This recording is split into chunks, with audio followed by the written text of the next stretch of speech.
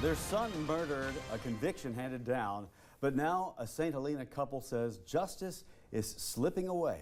Elizabeth Vowell looks at a case that has been stuck in the courts for nearly a decade. 8 years, 10 months, 3.5 weeks. Mary Hughes and Frank Ricard have waited a long time to see the men they believe are responsible for their son's death put away. But nearly a decade after the investigation, the arrests, and the court proceedings began, they are still waiting. I misses him all the time. You know, it don't get easier. It get better with time, but it don't get any easier.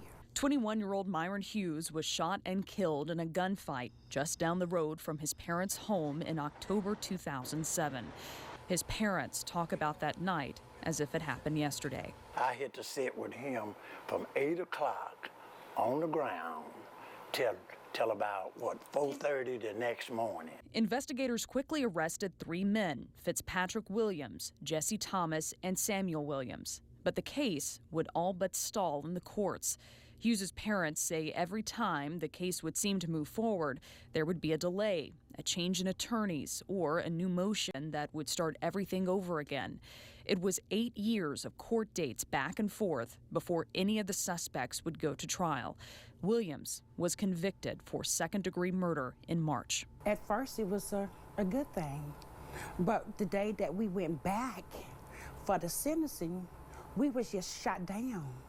We couldn't get nothing to going. I mean, he comes up with a new lawyer and just wants to start everything all over again. At the sentencing hearing, Williams' lawyer filed a motion for a new trial. Though the attorney was not available for an interview, the motion claims Williams did not receive a fair trial and that new evidence has come to light which may have changed the outcome.